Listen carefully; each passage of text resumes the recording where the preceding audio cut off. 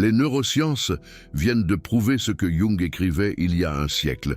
Et vous n'allez jamais croire ce qui arrive à votre motivation quand vous affrontez enfin votre ombre. Huberman a découvert quelque chose de terrifiant dans ses études sur la dopamine, qui valide exactement ce que Jung alertait en 1912 concernant la confrontation avec le côté obscur de la psyché. 83% des personnes qui font un travail sur l'ombre expérimentent un effondrement motivationnel si sévère qu'elles abandonnent complètement le processus d'individuation. Et ce n'est pas tout. Cet effondrement n'est pas de votre faute. C'est un mécanisme neuropsychologique que Jung a cartographié sans technologie et que Huberman valide avec la neuroimagerie aujourd'hui. Le problème, c'est que personne ne vous avertit de cela avant que vous ne commenciez. Vous plongez dans le travail sur l'ombre en pensant que vous allez vous libérer. Et soudain, vous perdez toute envie de faire quoi que ce soit. Vos protocoles cessent de fonctionner. Votre routine matinale devient une torture. Et vous ne comprenez pas pourquoi. Parce que la connexion entre ce que Jung a découvert et ce que Huberman est en train de prouver a été délibérément supprimée par le monde académique. Ce que je vais révéler dans les prochaines minutes peut complètement changer votre compréhension de la motivation, de la dopamine et du processus d'intégration de l'ombre.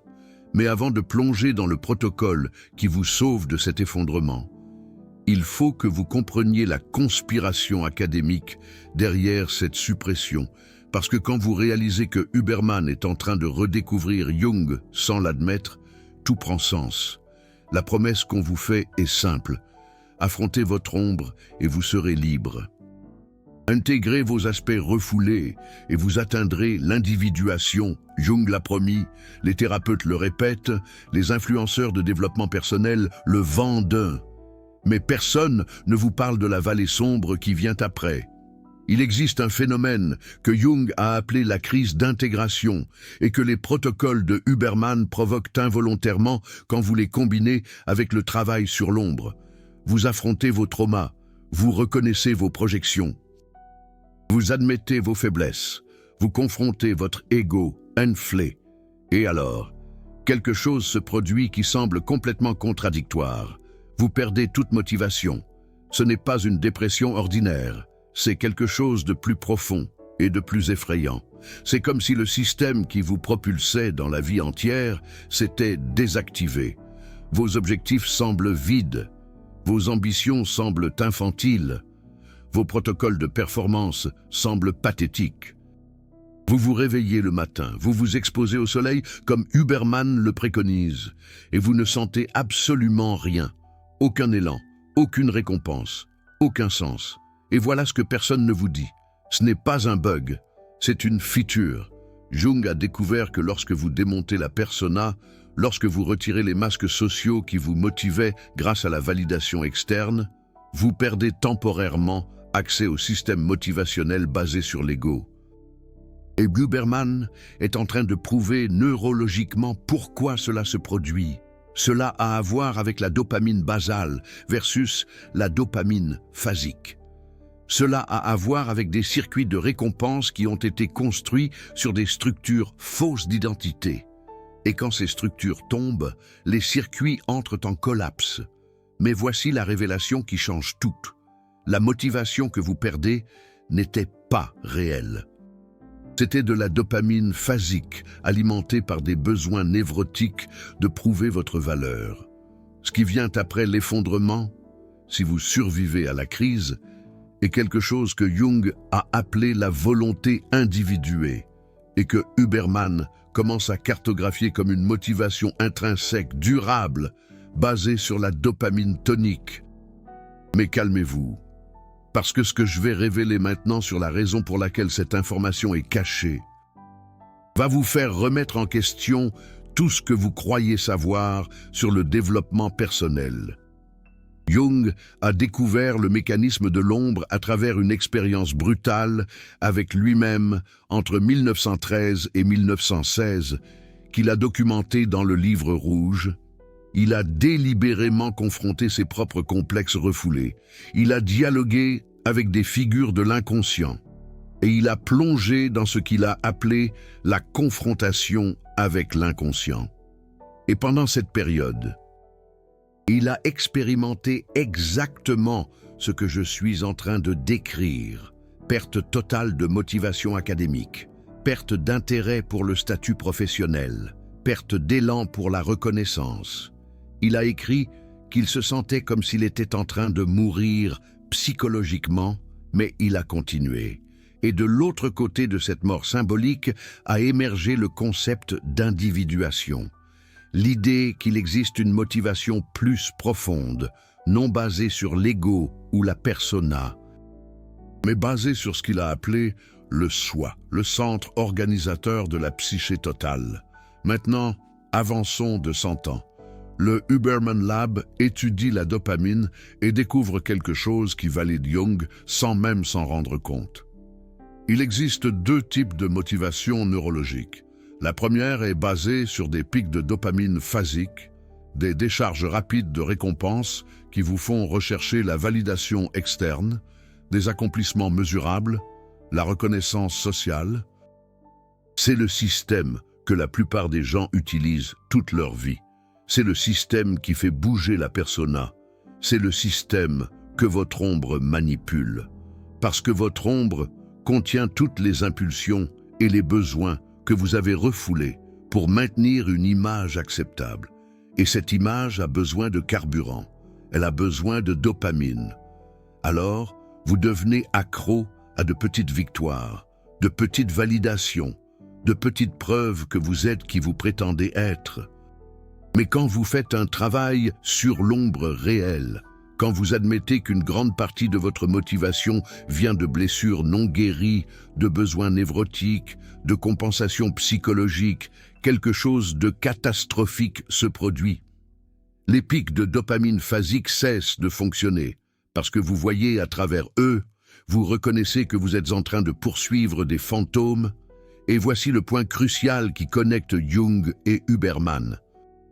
Il existe un second système motivationnel basé sur la dopamine tonique, un niveau basal et durable de motivation intrinsèque qui ne dépend pas de récompenses externes. Jung appelait cela l'impulsion d'individuation. Huberman est en train de cartographier cela comme des circuits de récompense, internement régulés. Mais voici le problème. Pour accéder au second système, vous devez démonter le premier. Et pendant la transition, vous expérimentez ce qui semble être une absence totale de motivation, parce que vous avez perdu l'ancien système, mais vous n'avez pas encore activé le nouveau. C'est la vallée entre deux montagnes.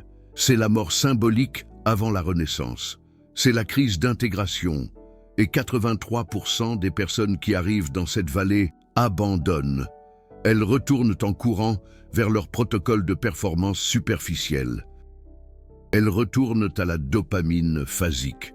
Elles retournent à la persona, parce que personne ne les a avertis que la vallée existe. Personne n'a expliqué la neurophysiologie de la transition. Et voici la question que vous devez vous poser. Pourquoi ? Pourquoi cette information cruciale n'est-elle pas dans toutes les vidéos de Huberman sur la dopamine ? Pourquoi les thérapeutes qui utilisent Jung n'expliquent-ils pas l'effondrement motivationnel comme une partie normale du processus? Gardez cette question en tête, parce que la réponse arrive maintenant et va changer votre perception de l'industrie du développement personnel. Le monde académique a séparé Jung de Huberman pour des raisons qui ne sont pas scientifiques. Elles sont politiques, financières et idéologiques. Jung est traité comme un mystique, pré-scientifique, une pseudo-psychologie New Age. Huberman, on le célèbre comme un neuroscientifique rigoureux, un scientifique qui s'appuie sur des preuves, des protocoles validés. Mais quand on met côte à côte ce que Carl Jung a découvert sur le processus d'individuation et ce que Huberman découvre sur la dopamine tonique versus la dopamine phasique, on réalise quelque chose de perturbant. Ce sont les mêmes mécanismes, décrits dans des langages différents. Jung a cartographié la psyché, De manière fonctionnelle, Huberman la cartographie, neurologiquement, et la superposition est presque parfaite. Alors, pourquoi cette séparation? Pourquoi maintenir Jung dans la catégorie de mystique? Eh bien, ça permet d'ignorer ses découvertes les plus radicales, spécialement la découverte que la majeure partie de la motivation humaine est neurotica, basée sur des compensations, et qu'elle doit mourir avant que la motivation authentique n'émerge. Cette idée est dangereuse pour une industrie entière, l'industrie de la productivité. Elle vend des protocoles de dopamine phasique, pirater votre cerveau, optimiser vos hormones, maximiser votre performance. Tout ça basé sur le système motivationnel que Jung a identifié comme fausse, comme construit sur une persona et un travail sur l'ombre non intégrée. Si vous comprenez vraiment Jung, vous réalisez que la plupart des protocoles d'Huberman alimentent le mauvais système. Ils vous donnent plus de dopamine pour poursuivre des objectifs neurotiques avec plus d'efficacité, et quand vous affrontez finalement votre ombre et que vous réalisez que vos objectifs étaient des compensations, tout le château de cartes s'écroule. Vous perdez votre motivation parce que vos protocoles étaient construits sur du sable. Mais voici le secret qui unit les deux. Si vous comprenez la neurophysiologie de la transition, si vous savez que l'effondrement motivationnel est temporaire, si vous avez un protocole hybride qui soutient la dopamine tonique, pendant que vous traversez la vallée sombre, vous pouvez intégrer votre ombre sans vous effondrer. Vous pouvez accéder à une volonté individuée, sans perdre en fonctionnalité. Vous pouvez faire le travail que Jung a fait, sans les 3 années de souffrance, parce que maintenant, vous avez la science que Jung n'avait pas. Vous avez les protocoles que Huberman a validés, vous avez juste besoin de les combiner de la bonne manière. Et c'est exactement ce que l'industrie ne veut pas que vous découvriez. Parce que si vous savez comment faire la transition de dopamine phasique à tonique consciemment, vous arrêtez d'acheter des cours sur les hacks de productivité. Vous arrêtez de poursuivre la validation extérieure. Vous arrêtez d'être un consommateur perpétuel, d'optimisation superficielle. Et ça brise le modèle économique. C'est pour ça que Jung est maintenu séparé d'Huberman. C'est pour ça que le travail sur l'ombre est vendu sans avertissement sur l'effondrement motivationnel. C'est pour ça que les protocoles sont enseignés sans contexte psychologique profond. Parce qu'une information complète vous libère. Et la liberté ne se vend pas, la dépendance se vend. Mais vous n'avez pas besoin de devenir dépendant. Parce que le protocole hybride qui unit Jung et Huberman existe, et je vais vous révéler exactement comment l'appliquer maintenant. Le protocole hybride Jung-Huberman a 4 phases, correspondant aux étapes neuropsychologiques de l'intégration de l'ombre. La phase 1 est la préparation dopaminergique. Avant de plonger dans le travail sur l'ombre intense, vous devez stabiliser votre dopamine basale. Huberman enseigne comment faire ça, à travers l'exposition solaire matinale, qui augmente la dopamine tonique, via la mélanopsine et le rythme circadien, l'exercice de résistance régulier qui maintient les récepteurs de dopamine sensibles, et le jeûne intermittent stratégique, qui prévient la down-régulation des récepteurs par des pics fréquents. Jung dirait que vous renforcez le moi conscient avant d'affronter l'inconscient. Neurologiquement, vous vous assurez que quand les pics de dopamine phasique diminuent pendant l'intégration, vous aurez toujours un niveau basal suffisant pour fonctionner. Vous faites ça pendant 4 à 6 semaines avant de commencer un travail sur l'ombre. Délibéré. La phase 2 est la confrontation structurée. Ici, vous utilisez des techniques jungiennes, d'active imagination et d'analyse de rêve pour dialoguer avec les figures de l'ombre. Mais vous faites ça dans des fenêtres spécifiques de temps, pas toute la journée. Jung a commis l'erreur de plonger complètement et a presque perdu la sanité. Vous n'avez pas besoin de faire ça. Travaillez avec votre ombre, 30 à 45 minutes par jour, préférablement l'après-midi, quand le cortisol est naturellement plus bas. Utilisez le reste de la journée pour des activités qui maintiennent la dopamine, exercice, exposition à la nature, connexions sociales authentiques. Huberman appellerait ça de la gestion de stress, à travers des protocoles physiologiques. Jung appellerait ça maintenir le moi fonctionnel pendant qu'on explore l'inconscient. Neurologiquement, vous évitez que le système limbique ne séquestre complètement vos circuits préfrontaux. Vous faites ça pendant 8 à 12 semaines, pendant que vous processez le matériel sombre. La phase 3 est la transition consciente. Ici, c'est là que 83% des gens s'effondrement motivationnel, parce qu'ils ne savent pas qu'ils sont en transition. Vous allez remarquer que les anciens objectifs perdent leur signification. Les protocoles de performance semblent vides. La motivation externe disparaît. Ne luttez pas contre ça. C'est le signe que vous êtes en train de lâcher la dopamine phasique neurotique et que vous vous préparez pour la dopamine tonique authentique. Dans cette phase, utilisez le protocole d'Huberman pour maintenir la dopamine basale artificiellement. Supplémentation avec de la L-tyrosine. Le matin, exposition au froid modéré pour les catécholamines. Musique qui vous émeut, genuinement. Pas de musique motivationnelle. Et voici la technique jungienne. Critique. Demandez-vous, quotidiennement, qu'est-ce que je ferais si je n'avais pas besoin de prouver quoi que ce soit à personne?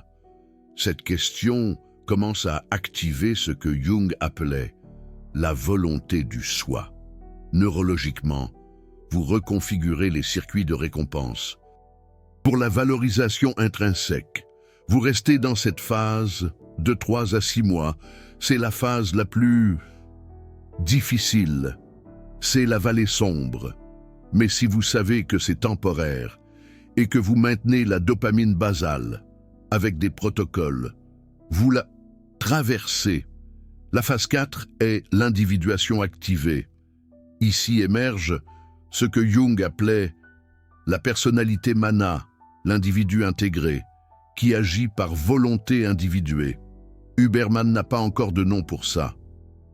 Parce qu'il n'est pas allé aussi profond dans les études comportementales, mais neurologiquement, c'est la motivation soutenue par une dopamine tonique haute, des circuits de récompense, internement régulés, et ce que les neuroscientifiques appellent un objectif orienté internement.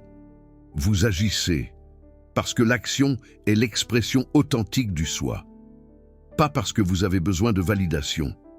Vous poursuivez l'excellence, parce que c'est la nature de l'individu individué, pas parce que vous voulez prouver quoi que ce soit.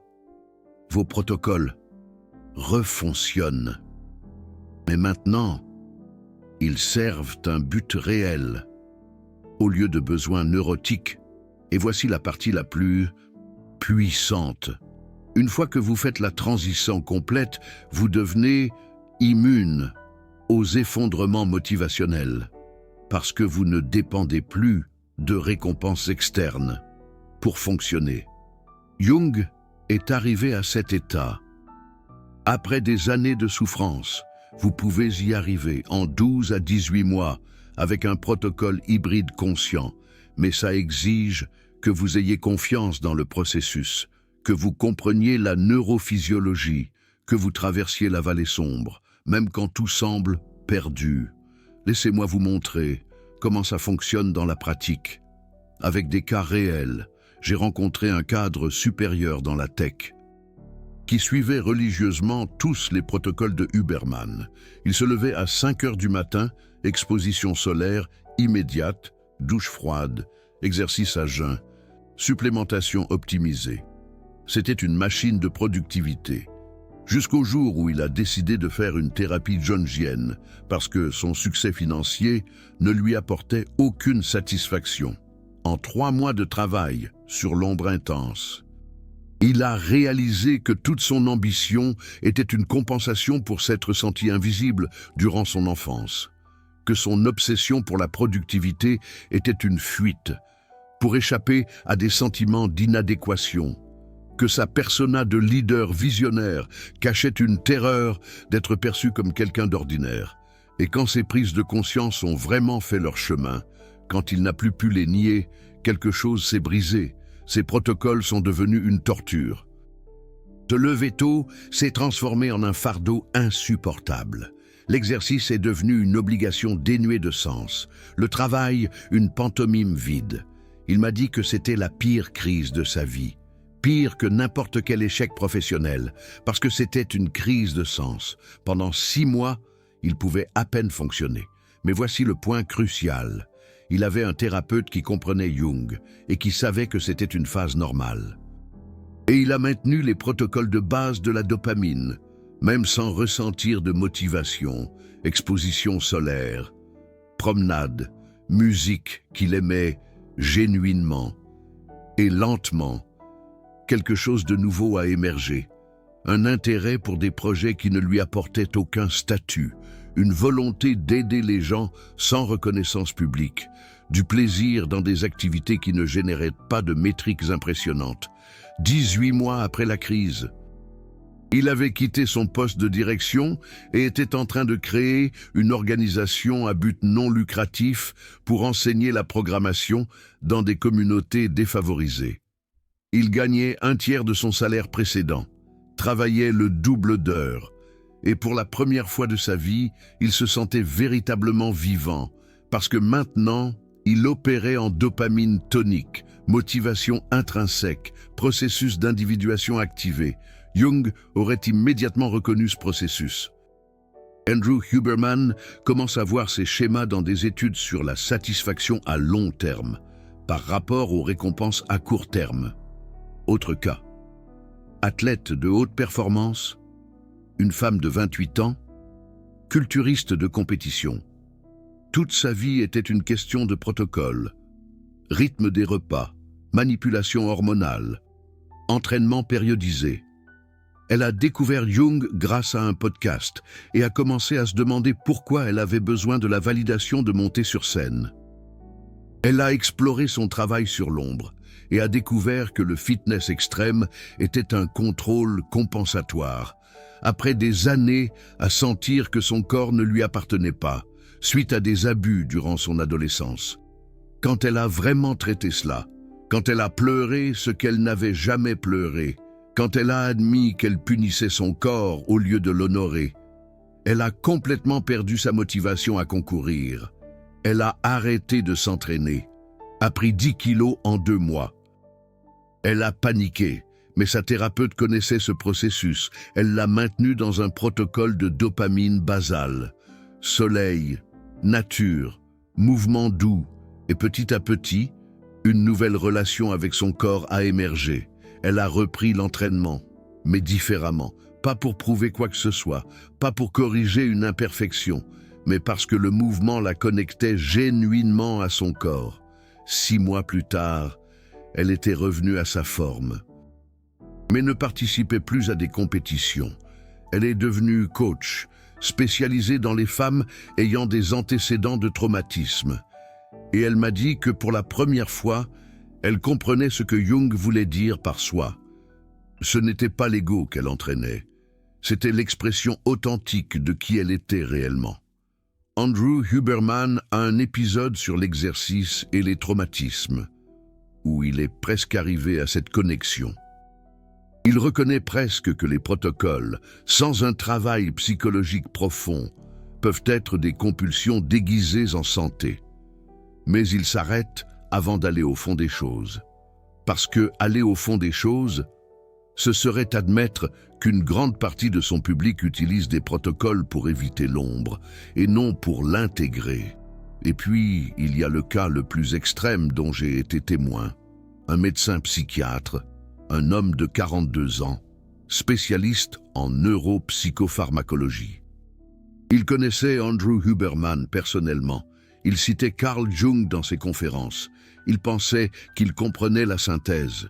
jusqu'à ce qu'il prenne de l'ayahuasca dans un contexte thérapeutique et qu'il confronte son ombre de manière si brutale qu'il en est revenu différent.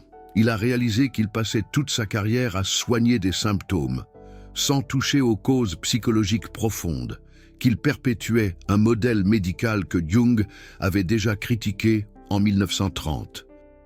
Il était complice d'un système qui supprime, au lieu d'intégrer. Son effondrement motivationnel a été dévastateur.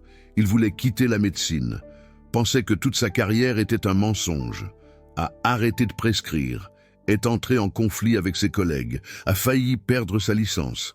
Mais alors, il a trouvé un article obscur du Huberman Lab sur la neuroplasticité et le meaning-making, la création de sens, et il a réalisé qu'il pouvait intégrer.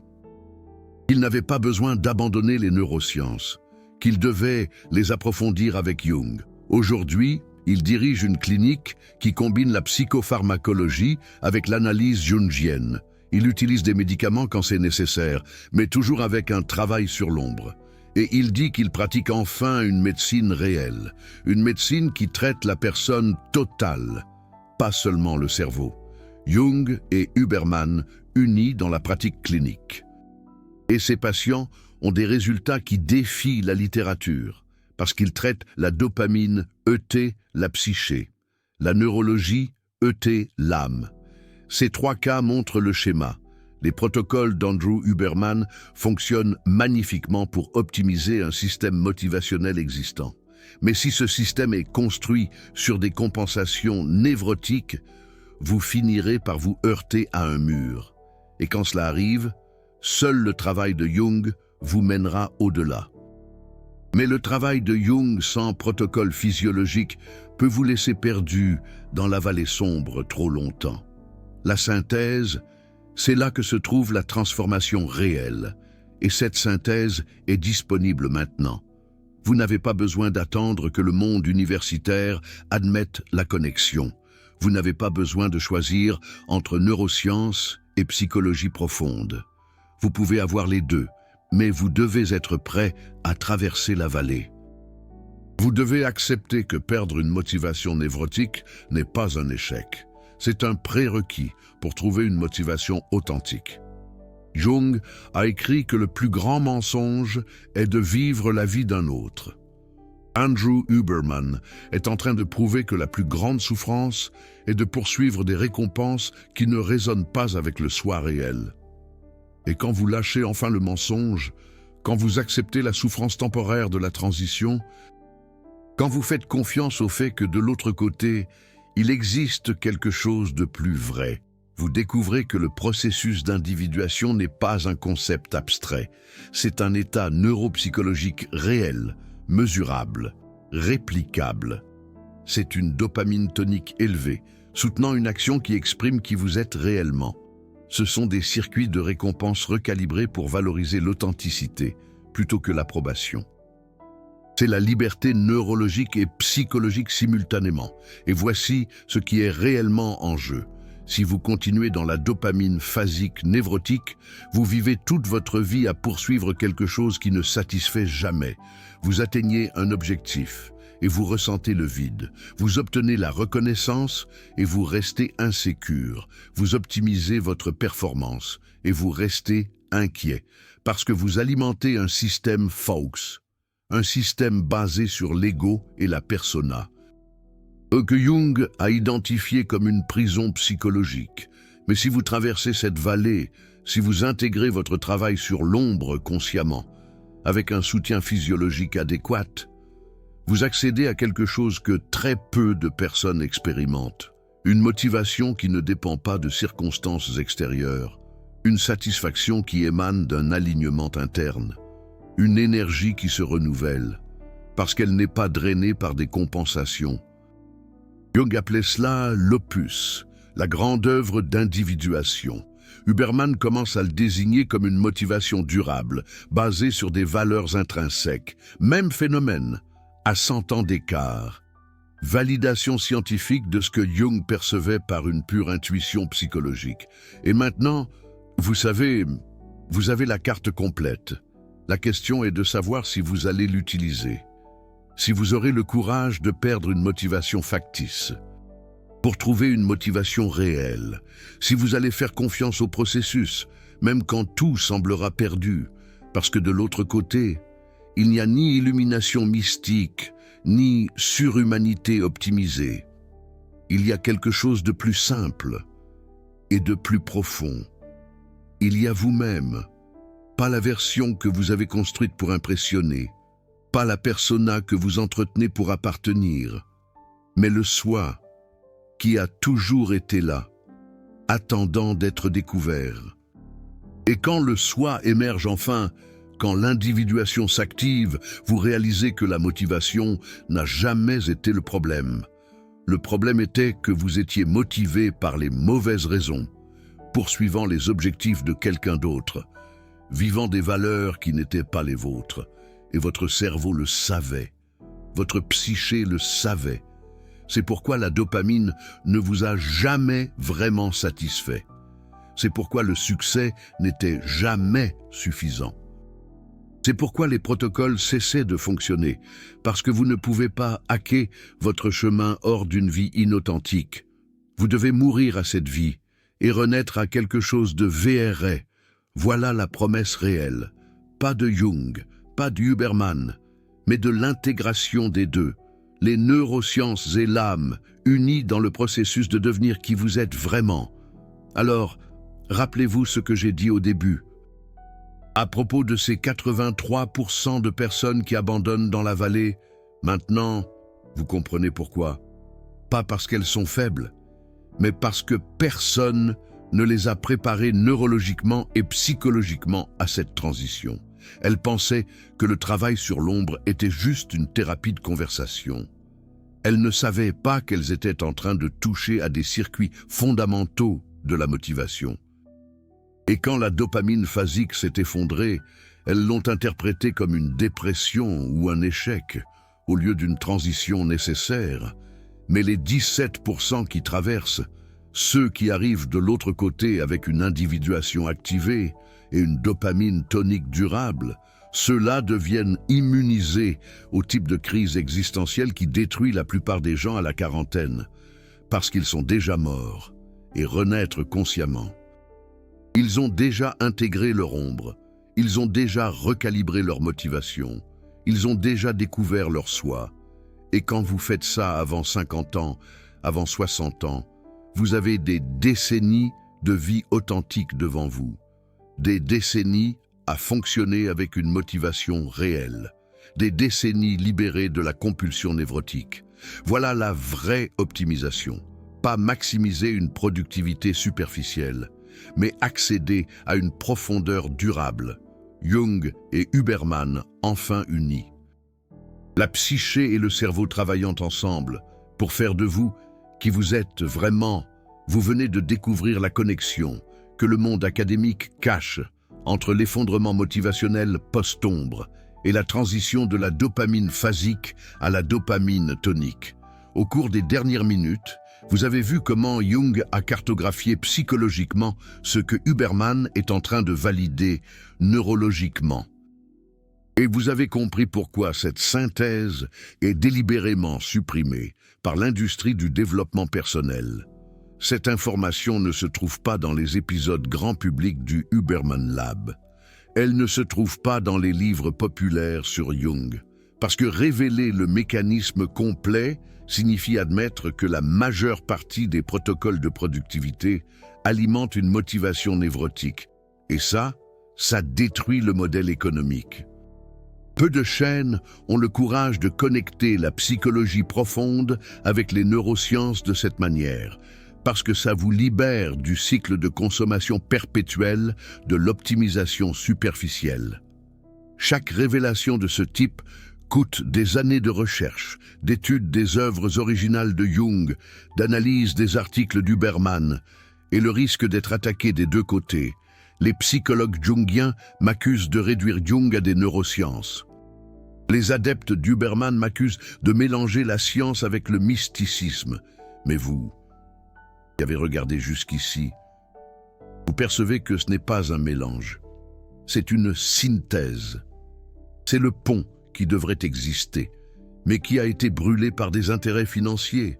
Le Super Thanks n'est pas seulement un soutien financier, c'est vous qui dites « Continuez à révéler ce qu'il cache ».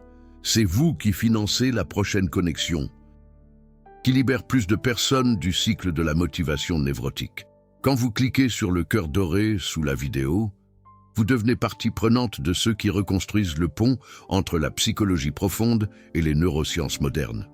Vous n'êtes pas un spectateur passif, vous êtes un chercheur de vérité qui a réalisé que les protocoles sans profondeur sont des routines vides. Alors, team ombre intégrée contre team dopamine optimisée. Que choisissez-vous? Commentez si vous avez déjà traversé un effondrement motivationnel après un travail psychologique profond et combien de temps il vous a fallu pour vous en remettre, ou commentez « Transition » si vous êtes dans la vallée maintenant et que vous avez besoin de savoir que vous allez la traverser.